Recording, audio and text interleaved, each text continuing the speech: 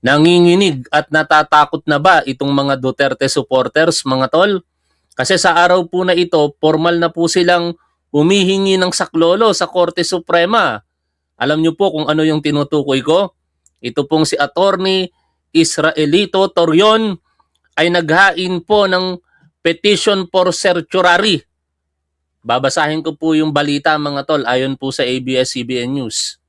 Lawyers allied with Vice President Sara Duterte announced the filing before the Supreme Court of a petition for certiorari with prayer for a TRO against the impeachment proceedings at the House of Representatives.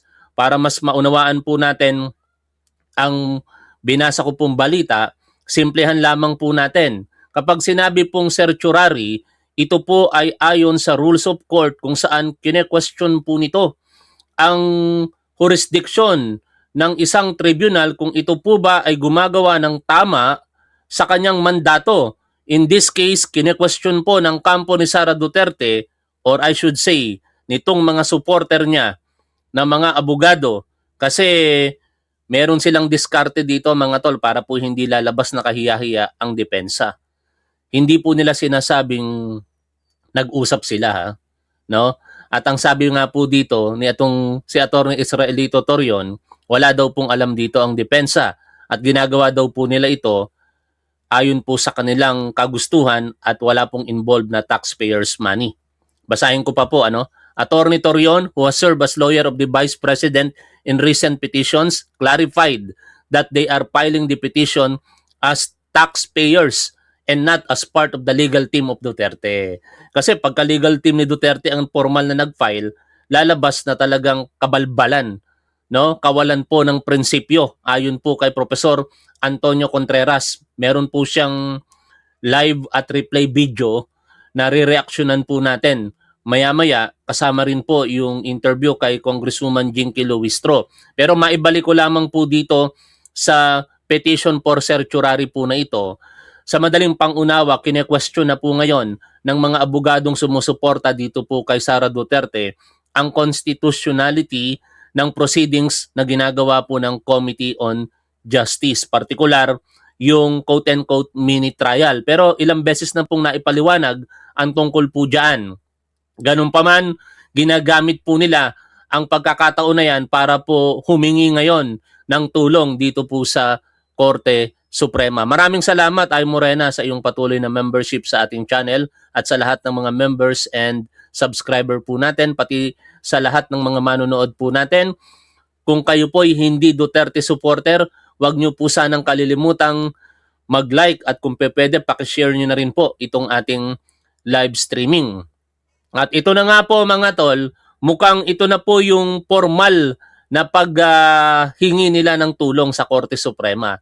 Kasi alam niyo, kung wala pong tinatago, bakit sila natatakot? Bakit nila kailangan idaan sa legalidad? Yan tuloy yung nagiging argumento laban kay Sara Duterte. Specifically, yung sinabi po nito pong si dating Secretary for Political Affairs na si Mr. Ronald Llamas na pag ayaw humarap, maliwanag na kurap. No? Yun tuloy, nababansagan tuloy si Sara Duterte dahil ayaw nilang humarap at ayaw nilang sagutin yung mga alegasyon na kung tutuusin, napakasimple lamang kung talagang wala siyang kasalanan. 'Di ba? Inaakusahan ka na ikaw ay nagbanta sa buhay ng Pangulong Bongbong Marcos, ni First Lady Lisa Marcos at ni dating Speaker Martin Romualdez. Ang dali mo lang sabihin, hindi ko yang ginawa. No? AI yung video. Kaso lang, di nila kayang gawin yun dahil alam naman natin na hindi po AI. No? Ang dali lang sabihin na wala akong tagong yaman. At ako'y haharap sa inyo. Willing akong ilahad ang aking mga ebidensya kontra dyan sa mga sinasabi ninyong ebidensya laban po sa akin. At ito, isasampal ko sa pagmumuka ni Antonio Trillanes, yung kanyang kasinungalingan. Ano? Kung ako si Sara Duterte at ako'y nagsasabi ng totoo, di ba? Kaso lang mukhang hindi nila kayang gawin yon dahil alam nila mukhang may problema. No? Tapos, yung panunuhol, hindi ko sinuhulan yan. Ipakita nyo sa yung ebidensya na ako'y nanuhol. Ang problema, meron pong tumitestigo na siya po'y nanuhol. At higit sa lahat, yung issue po ng confidential funds na hindi po daw tamang paggamit. Kung yan ay talagang wala siyang kasalanan, napakadali lang sagutin yan mga tol. Hindi nga po ito criminal eh. Ito po ay impeachment, no? Na siyempre sa mata ng publiko, mahuhusgahan ka base sa mga ebidensya na ipepresenta. Hindi lang naman Senado ang huhusga dito kung hindi ang publiko. Kaya nagtataka ako bakit dinadaan nila sa teknikalidad at legalidad. Kung patuloy nilang gagawin ito, hindi po mawawala yung agam-agam ng taong bayan na merong ginawang hindi tama itong si Sara Duterte. Ang tanging kaparaanan lamang para mawala ang mga katanungan na yan at pagpupumilit ng marami po sa ating mga kababayang Pilipino na sagutin ang mga alegasyon ay ang tamang pagsagot dito. No? At yon ay hindi po sa pamamagitan ng pag-question sa legalidad o teknikalidad, kung hindi pagsagot kung ano yung mga ipinaparatang sa pamamagitan ng pagkokontra doon sa mga ebidensya na maaari pong ipatunay ng nag-aakusa sa kanya. Ngayon, syempre hindi po tayo abogado, bagamat meron po akong idea dito sa pinag-uusapan po natin na petisyon na inihain ng kampo ni Atty. Torion. Pero ang pinakamalaking katanungan dito, ito po kaya'y uubra considering na siya po ay hindi naman po parties involved. Siguro kung meron mang makapanood na abogado sa atin, talakayin po sana nila ito. Pero nagtanong po tayo kay ChatGPT at ito nga po. Tinanong natin, pwede ba ito kahit hindi sila parties involved? Yung binasa po natin balita. Ang sagot ni ChatGPT, pwedeng oo, pwedeng hindi. Oo, posible ito kahit hindi sila direct parties. Pero may legal requirement na tinatawag na legal standing or locus standi. Una, taxpayer suit. Bakit pwede? Pwede naman sa puntong ito, taxpayer suit. Kasi taxpayer itong si Israelito Torion eh. Sa Philippine law, pwedeng mag-file ng kaso sa Supreme Court ang isang tao kahit hindi siya direktang party kung taxpayer siya, public funds ang involved, may issue ng constitutionality o grave abuse of discretion, public interest ang usapin.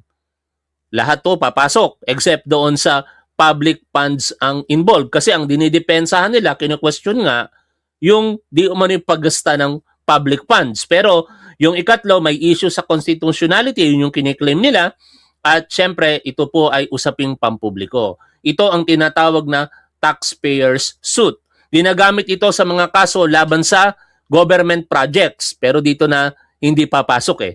Budget issues, constitutional issues, actions ng Congress o executive. Pasok pala dito sa actions ng Congress o executive. Kaya sinasabi ni Atty. Torion na taxpayer sila nag-file hindi bilang abogado ni Sara para magkaroon sila ng legal standing. Kasi hindi nga sila parties involved eh, no? Ang galing din nila lumusot eh para lamang matulungan si Sara Duterte at kunyari walang alam ang kampo ni Sara Duterte o particular yung kanyang legal team, gagamitin lang nila yung terminong taxpayer sila para magkaroon sila ng tinatawag na locus standi or legal standing. Ikalawa, pero hindi automatic na tatanggapin ng Supreme Court. Kahit taxpayer suit, may requirement pa rin. Kailangan may actual case or controversy. Sila ngayon ang magpapatunay nitong mga sumusunod. Grave abuse of discretion, direct injury or public funds involved, transcendental importance kung minsan. Maraming kaso sa Korte Suprema ang dinismiss kahit taxpayer suit kung walang silang direct injury. Nasaan ang direct injury dito kina Atty. Torion? Meron. Nasasaktan sila. Baby. Kasi naiipit na si Sara.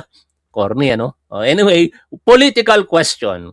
Premature, walang grave abuse. Yan. Ikatlo, sa impeachment issue, ito ang malaking tanong. Sa impeachment, madalas sinasabi ng Supreme Court, impeachment is a political process handled by Congress. Ang galing ni ChatGPT, ano mga tol?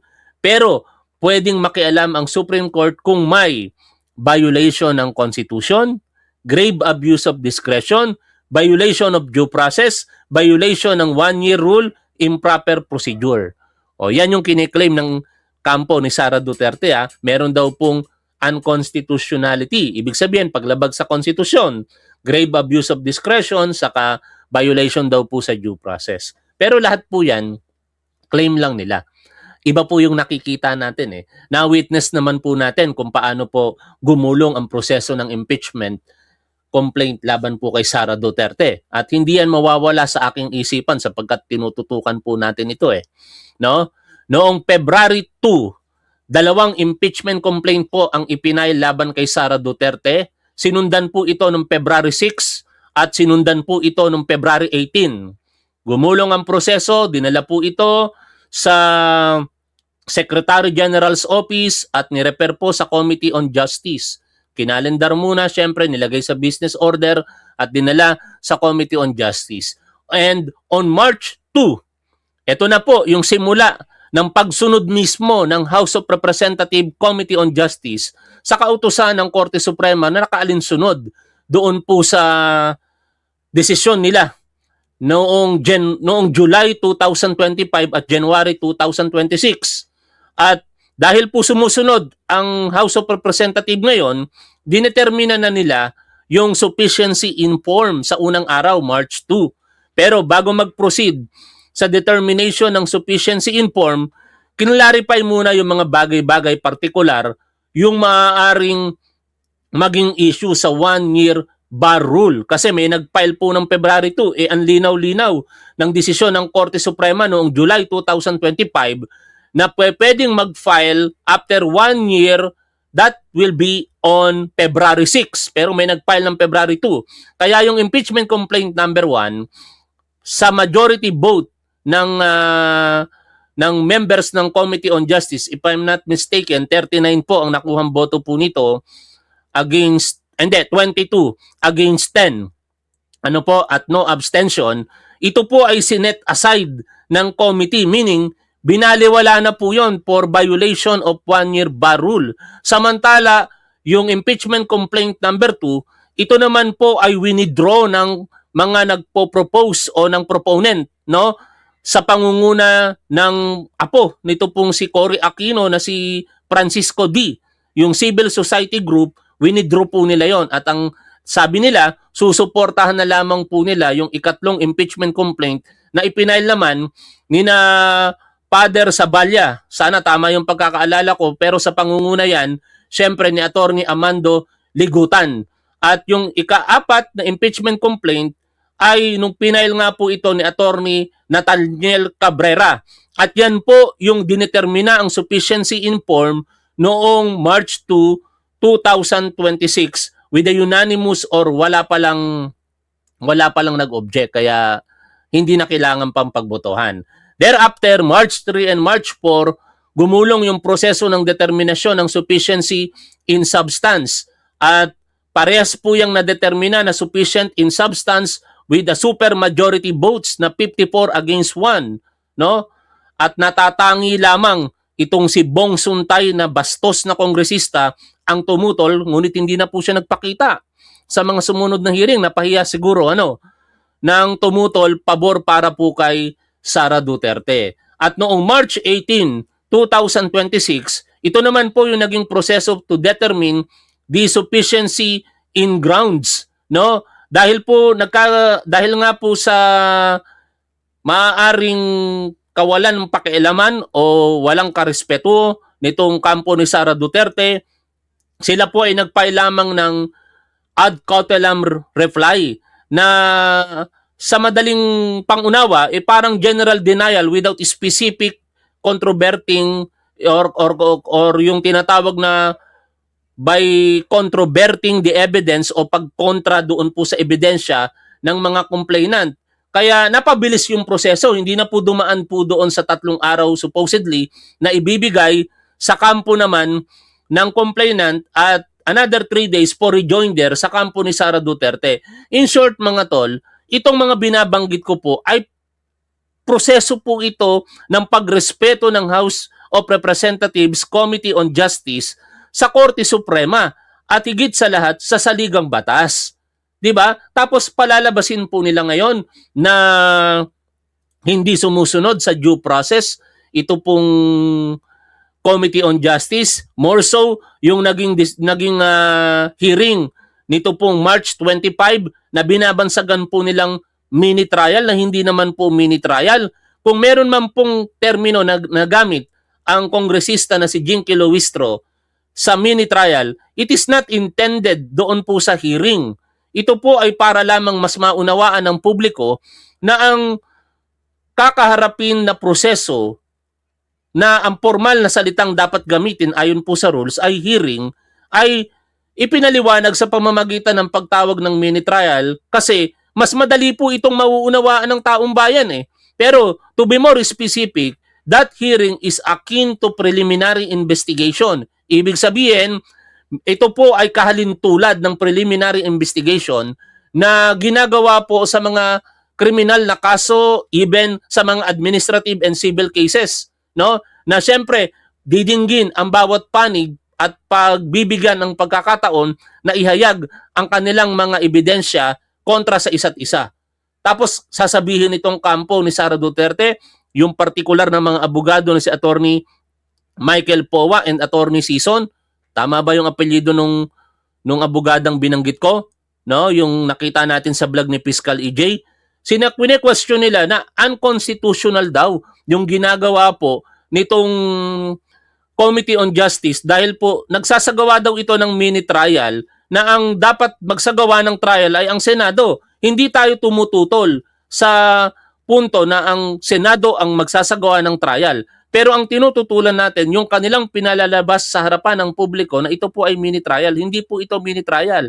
Kahit hindi po abogado, katulad po ni Professor Antonio Contreras, lubos pong nauunawaan ang mga bagay-bagay po na ito. Hindi naman kinakailangan natin magkaroon po ng degree ng abogasya at makapasa sa bar para hindi po natin maunawaan kung ano po ang difference ng hearing at trial. Ngayon, pakinggan po natin ang pagbanat nito pong si Professor Antonio Contreras dito po sa depensa. May katwiran po siya rito. Para sa akin, kabalbalan talaga, no?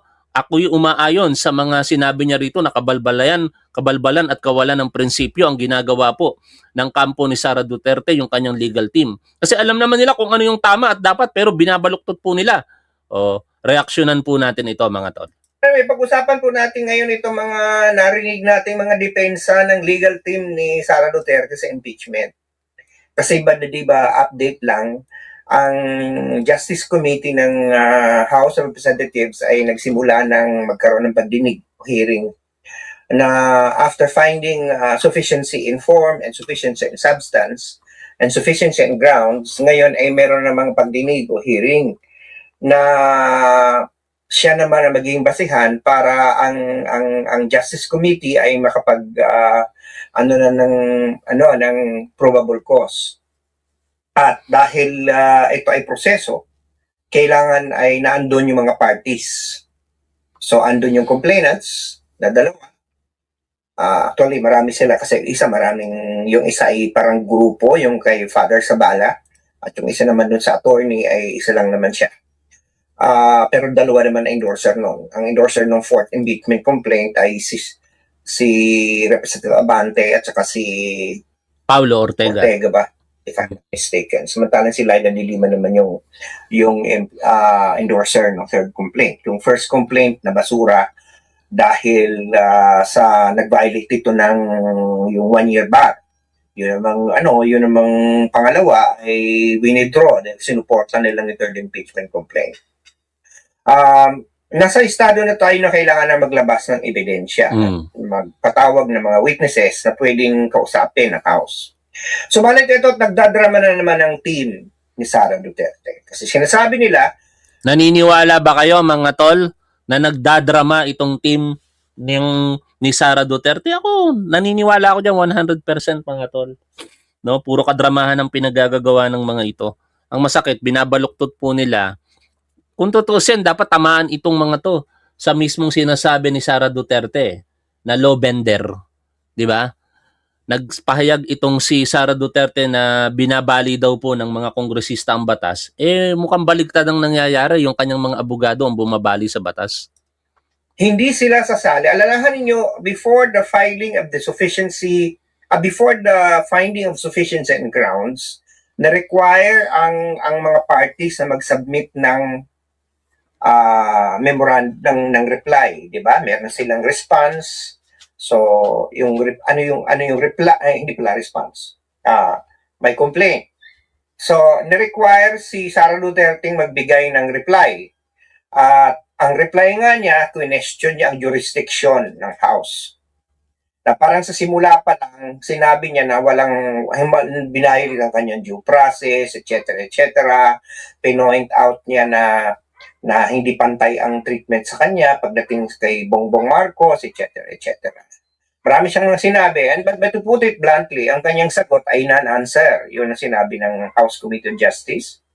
At ito ay naging dahilan para ma-found for sufficiency in grounds. Kasi ang pagpa-file ng reply sana at yung answer doon, yung answer niya, yung reply naman ng complainant, kasi ito, di ba may complaint? Nakita na sufficiency in form and substance. So, kailangan sagutin ni Sara Duterte.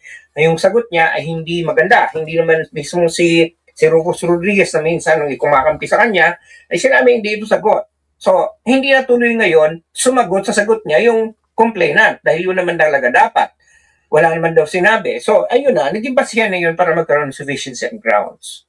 Now, ngayong ang pinag-aaralan na ay probable cause, kailangan na mag-appear si Sara Duterte at yung kanyang mga abogado, at syempre yung complainant, at lumalabas na si Sara Duterte ayaw niya mag-appear kasi tini-question niya nga ang jurisdiction. Kasi daw, ang lalabas naman daw ay trial, mini trial. Alam mo, hindi ko alam kung abogado si Sara Duterte. Abogado daw. Pero abogado yung kanyang mga team eh. Pero alam mo yung mga legal defense team na yan, hindi ko na may masyad. Singit lang tayo to be more specific, ano? Kasi dalawang version ang depensa dito eh. Yung dalawang version na yan, magkaiba. Makikita po natin yung pagkakaiba sa statement ng abogado ni Sara Duterte, ito pong si Attorney Michael Powa at si Attorney Sison, at saka yung mismong pahayag ni Sara Duterte last March 25. No? Bakit po magkaiba? Doon po sa pahayag ni Sara Duterte, I do not know kung siya po ba'y nakipag-coordinate sa kanyang depensa, parang kinikilala niya yung Committee on Justice sa pinagdadaanan nitong proseso. Bakit? Ang ini-insist niya doon, dapat i-dismiss ng Committee on Justice yung reklamo sa kanya dahil wala daw pong sapat na ebidensya. Magkaiba po yun sa sinasabi ng kanyang depensa na unconstitutional ang prosesong ginagawa ng Committee on Justice sa kasalukuyan. At perhaps ito yung ini-explain ngayon ni Professor Antonio Contreras, yung parte ng mga abogado ni Sara Duterte, not necessarily yung si Sara Duterte. Para lang tayo magkaroon ng linaw kasi even ang mga kongresista ngayon at mga legal practitioner na nagkokomento po dito, nako-confuse dito po sa sinabi ni Sara Duterte at sa stand ng kanyang legal team. Magkaiba po talaga. Uulitin ko si Sara Duterte sa kanyang pahayag, kinilala niya ang Committee on Justice, yung process na ginagawa po nito sapagkat hinihingi niya po rito na i-dismiss ang kanyang impeachment complaint dahil po daw kawalan po ng ebidensya. Magkaiba po yun sa sitwasyon na sinasabi ng kanyang mga abogado na unconstitutional yung ginagawa po because of the so-called mini trial ng Committee on Justice. Adong fino-fault kasi sila binayaran para magdepensa. Trabaho nila yan eh. It's a profession. So kung binayaran ka, kaya ako hindi ako nag-abogado kasi alam ko na mahirapan ako magdepensa ng isang bagay na hindi ko alam na tama. You know? Ito na ngayon ito na ngayon yung punto. Kaya ako nawalan na rin ng gana eh. No? Bata pa naman ako kung pangarap ang pag-uusapan. I am 46 years old, no? 46 years old po ako at ito pong pangarap na maging abogado, kaya ko sigurong makuha yan kung ako'y mag-aaral mga age of 60. No? Ang dami pong mga nakapasa sa bar na mga senior citizen na rin. Pero nawala na po ako ng gana because parang hindi ko rin kaya na alam mong mali tapos ipagtatanggol mo pa. Katulad po ng paniniwala nito pong si Professor Contreras. Ko lawyer pero noon pag alam niyang guilty ang kanyang kliyente, sinasabihan na lang yan na umaming ka na lang para mapababa. Pero hindi siya mahirap Ako talaga pag it's something you could not pay me to lie. Simply, there is no price in this world that you can pay me to go against my principles. Ganun lang yun. So I don't think I will be a good lawyer. Well, people say that I can be a good lawyer, but the principle-wise, I don't think I can. Kasi pag alam ko ng mali, hindi ako pwede tumayo doon na parang ako, with all feelings, ang kukunin ko lang kaso, yung mga kasong siguro ay gusto ko at yung, tatingin ko ay makakatulog ako. Yung mapapakain ko mga anak ko ng sa bagay na yung nilamon ng prinsipyo ko. At hindi na ako nilamon ng pera, di ba? Pero ganun talaga yun, binabayaran. So, ako ang ano. Makasingit lang, magkano kaya bayad ni Sara Duterte dito sa Fortune and Narbasa Law Firm? Ano? Pero di hamak naman na mas malaki yung binabayad ng mga Duterte kay Nicolas Kopman. Kasi ang sinasabi, ayon sa mga impormasyon na lumalabas, hindi daw po bababa ng 100 milyong piso kada buwan ang serbisyo ng legal team nito pong si Attorney Nicolas Kopman. Yayamanin talaga, no? Dito naman kaya sa Fortune Narbasa, mga dekalidad po yan na law firm. Tingin ko hindi po yan tatanggap lamang ng 1 milyon. Posible yan. Imposible. Anyway, yan po ay natatanong lamang natin kasi usapin ng pere. Sinabi dito ni Professor Antonio Contreras na hindi niya kayang tumanggap ng pera kapalit ng kasinungalingan. Itong mga abogado ni Sara Duterte, kayo na po ang umusga. Ano ko dito parang ang point dito, ano ba to, di ba? Narinig niya lang sinabi ni Jinky Ruistro at ng iba na mini trial ito ay magiging mini trial na. Unang-una hindi pa nagsisimula di ba? Kahit ang tawag mo dyan ay mini trial, ang dapat na magpatunay na hindi yan magiging trial ay yung mangyayari. Kasi ano ba mangyayari talaga? Ang mangyayari dyan, ganito. Di ba sa korte pag madidemanda ka, merong piskal o yung prosecutor? Doon ka muna sa prosecutor. At sa prosecutor, nag-iimbestiga na yun, nagtatanong na yun, nagpapaproduce na yun sa iyo ng ebidensya. Kaharap mo din doon yung, at minsan nga, hindi pa kayo magkaharap ng iyong... Sige, address muna natin yung tanong ni Sniper 69. Again ang mga sinasabi ko po dito ay hindi po legal opinion. Ito po ay isang ordinaryong komento dahil hindi po ako isang abogado. Tanong ni Sniper 69, top 1, paano na po na may supwena na si Attorney Powa sa kasing pag-amin niya noong Chief of Staff pa siya sa BP?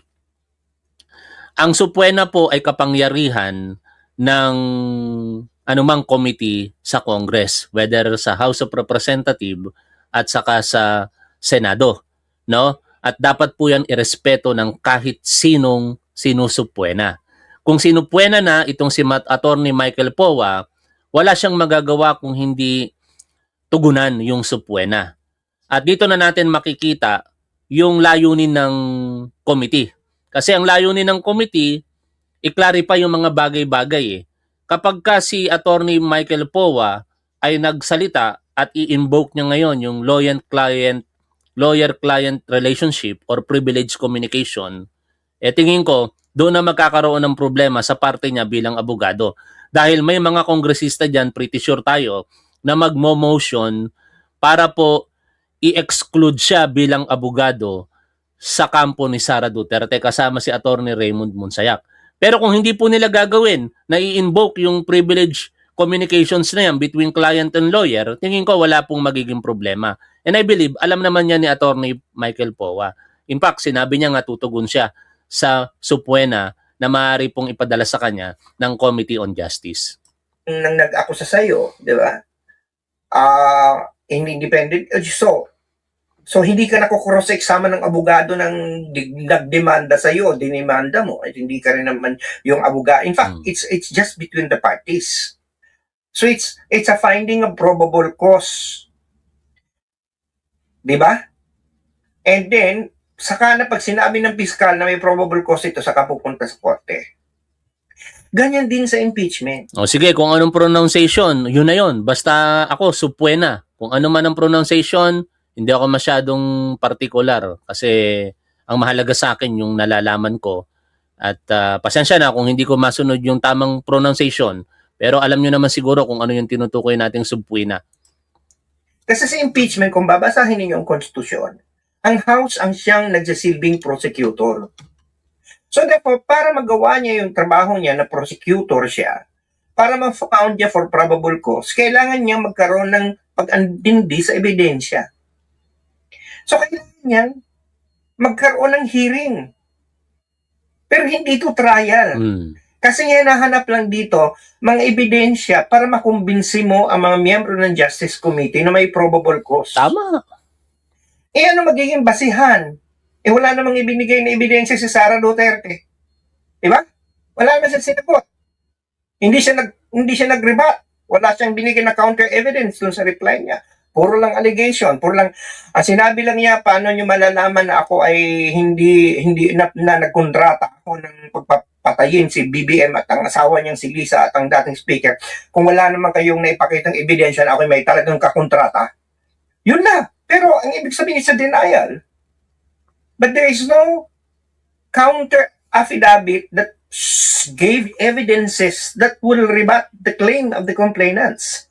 Ang dalas kong naririnig yung evidences, mga tol. Ayokong maging perfectionist katulad nung pagpo-pronounce, pero lagi ko itong nadidinig kasi ang evidence is uncountable noun, tama ba?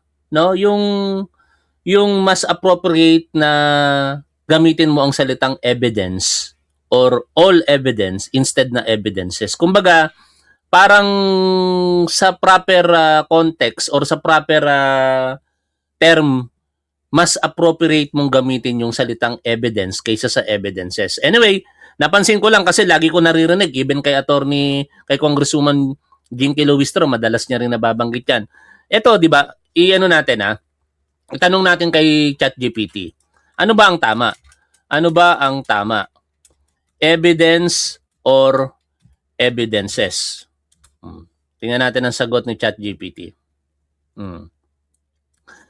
Tama ang evidence. Hindi karaniwang ginagamit ang evidences. Bakit? Ang evidence ay uncountable noun sa English, parang information, advice, furniture, equipment. Hindi sila nilalagyan ng S kahit marami.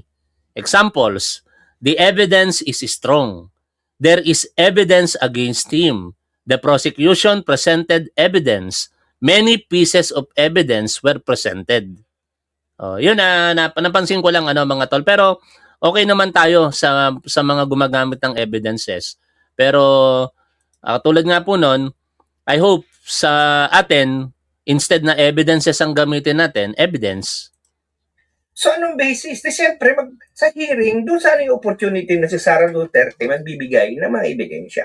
Pero sa simula pa lang, sinabi niya na ayoko na dito sa venue na to. Kaya itong mga sinasabi niya ngayon na hindi siya nag-a-appear, sa tingin ko yan ay dilalagyan na lang ng legal voodoo yung kanyang mga hindi pagsipot, yung intention niya talagang hindi sumipot. Pero but what's really bothering me is that it reeks of bad faith. Bakit? Nung unang impeachment complaint, tandaan ninyo, pumunta sila sa Korte Suprema.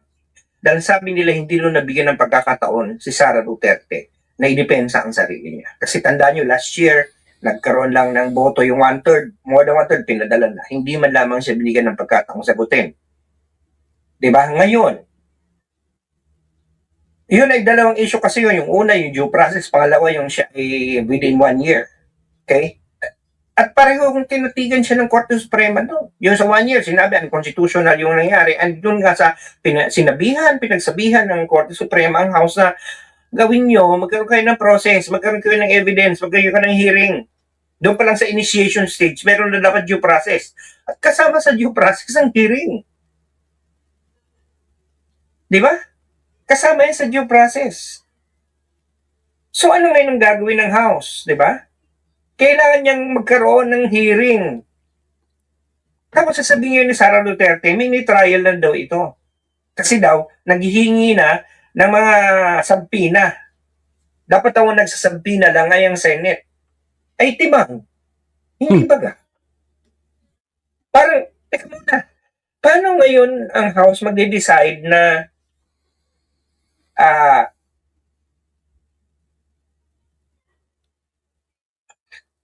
na merong probable cause kung walang hindi examine nito mga ebidensyang present ng complainant at yung mga counter evidence naman ni Sara Duterte. Malinaw naman kasi Hindi namin napag-usapan hudas na gunggong dugong digong yung tanong mo, kaya pasensya na hindi ko rin alam isasagot doon sa PWD. Abangan na lang natin kung ano man yung mga development sa balita na yan, pero hindi namin napag-usapan yan ni Senator JB Ejercito. ang layunin dito ng mga to yung isabotahe ang proseso.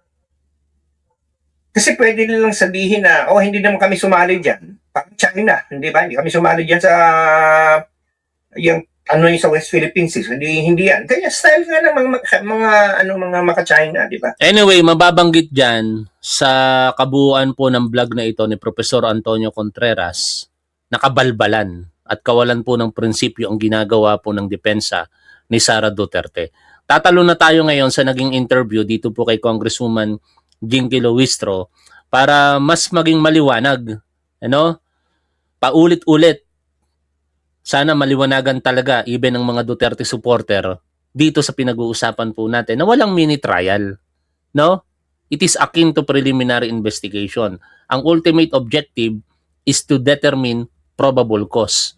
Magkaroon ng sapat na basihan kung ito po ba ay iaakyat sa plenaryo bilang articles of impeachment, kung ito'y makakakuha ng 1/3 votes ng mga kongresista dahil merong sapat na basihan.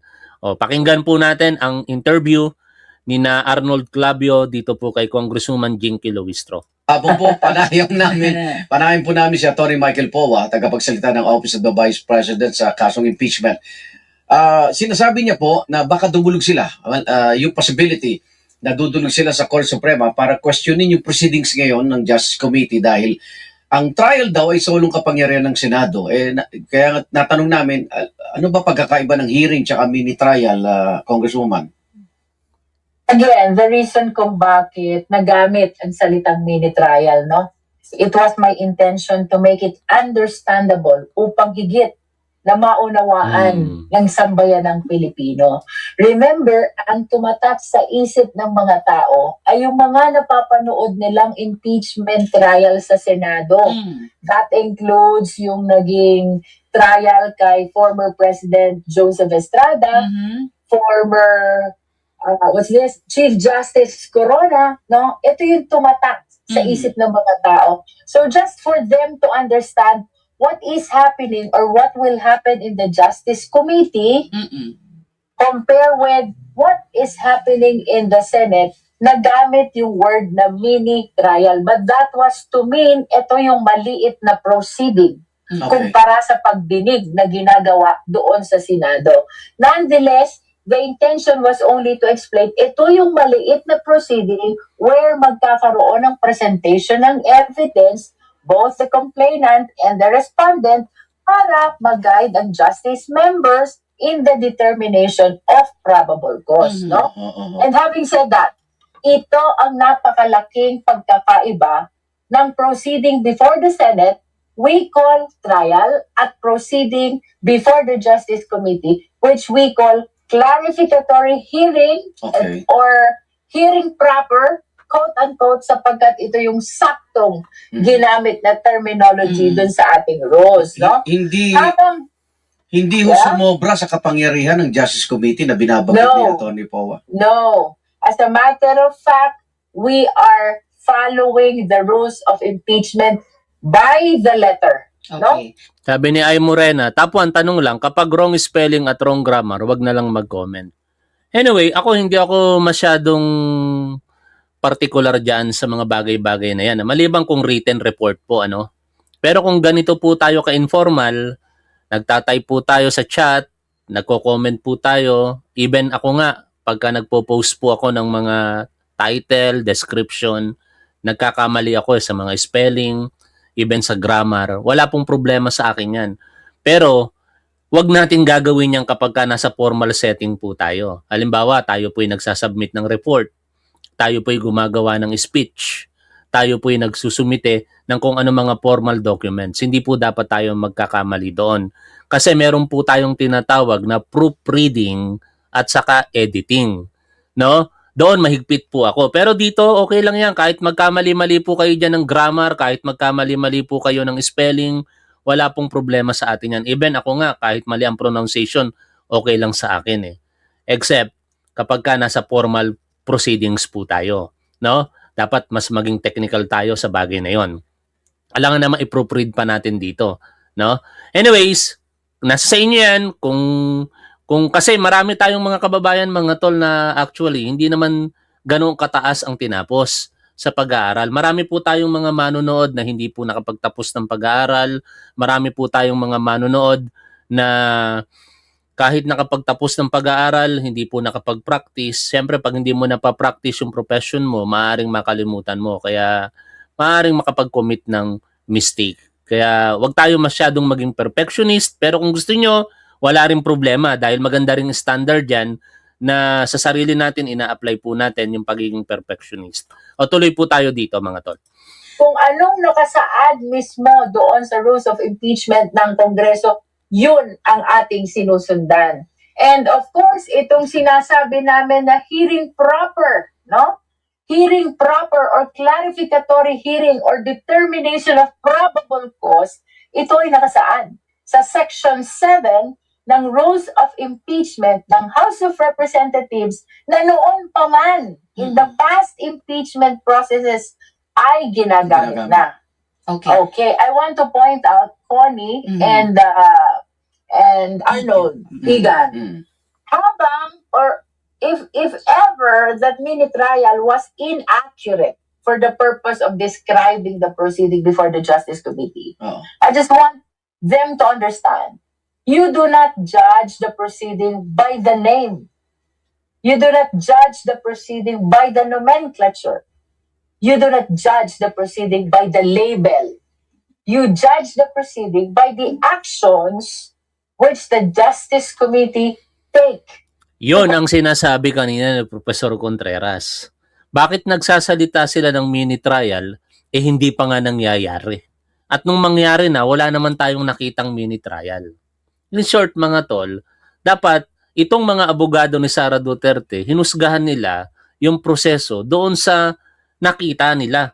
Hindi dahil lamang sa narinig nila na sinabi ni Congressman J. Kilawistro na mini trial ito. Di ba?